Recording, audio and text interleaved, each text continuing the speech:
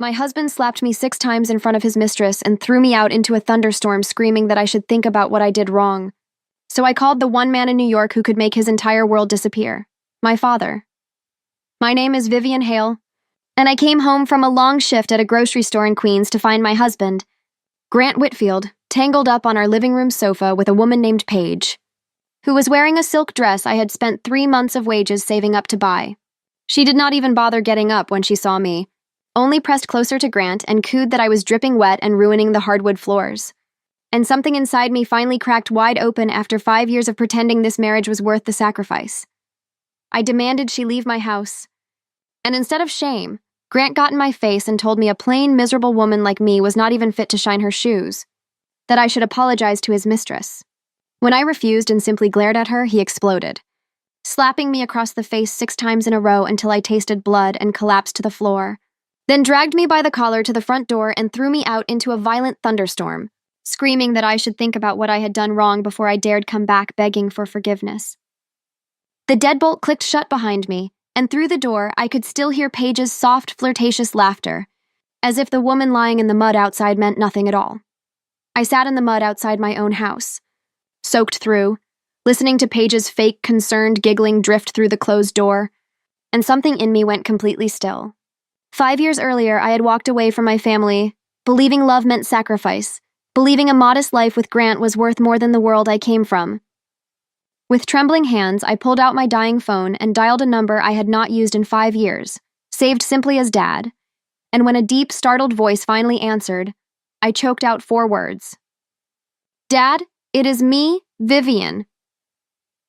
The silence on the line lasted only a second before his voice rose with a fury I could feel through the phone itself, demanding to know who had hurt me and exactly where I was standing. My father, Charles Hale, one of the most powerful real estate developers in New York, told me not to move an inch, that help was 5 minutes away, and within that time a black Maybach pulled up to the curb, driven by his chief of staff, Marcus, who wrapped me in a warm coat and drove me straight to my childhood estate in Greenwich, a world I had spent 5 years pretending did not exist. My father met me at the front door in his silk robe,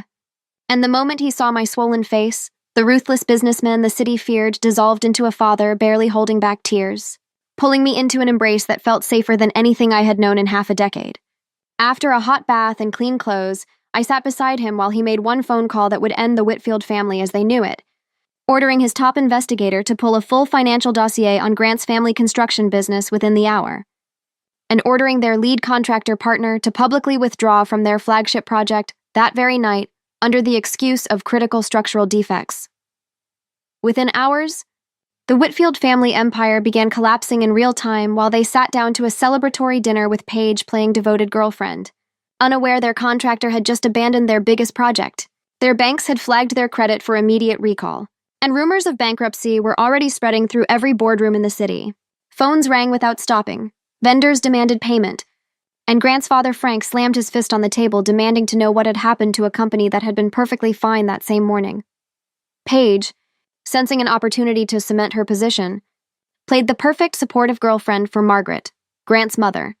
cooking dinner and whispering that she had connections who could help,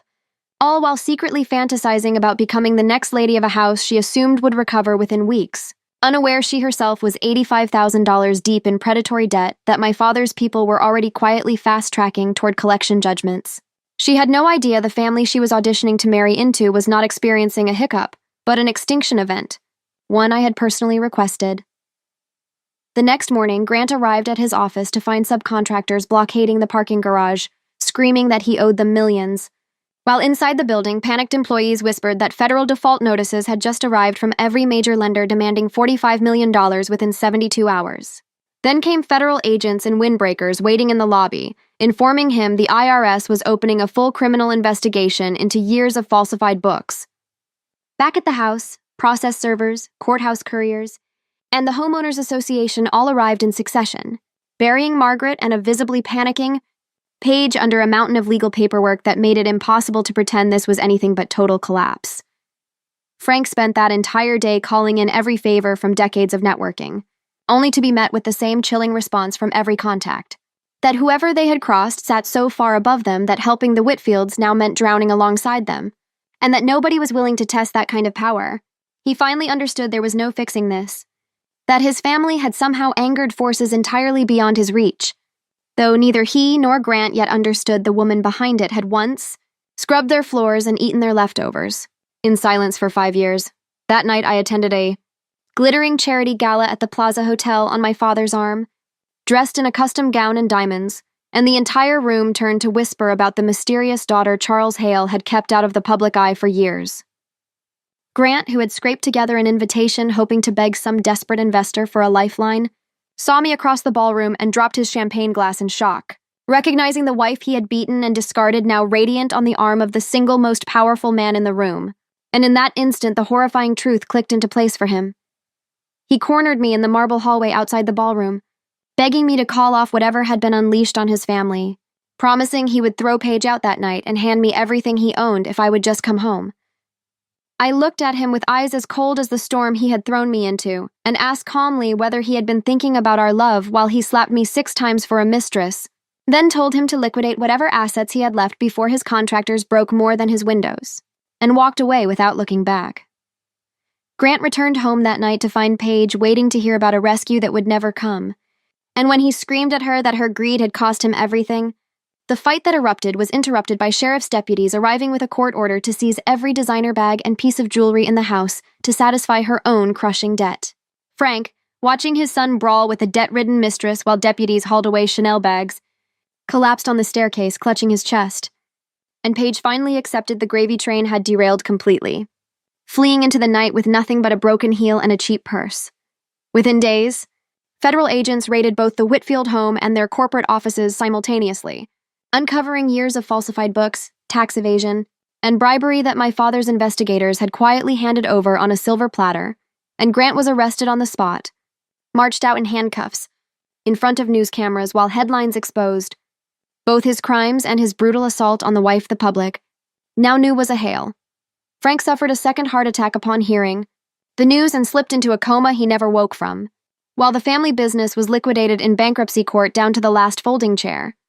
I personally purchased their old suburban house for pennies at the foreclosure auction, not to live in it, but simply to own the ground they had once thrown me onto in the mud. With part of my inheritance, I launched a foundation providing legal representation, emergency housing, and financial grants for women escaping abusive marriages, turning the worst night of my life into the beginning of purpose for thousands of women who never had a father with a private jet on speed dial, but who deserved to be believed and protected all the same. Years later, I heard Grant had been released from prison,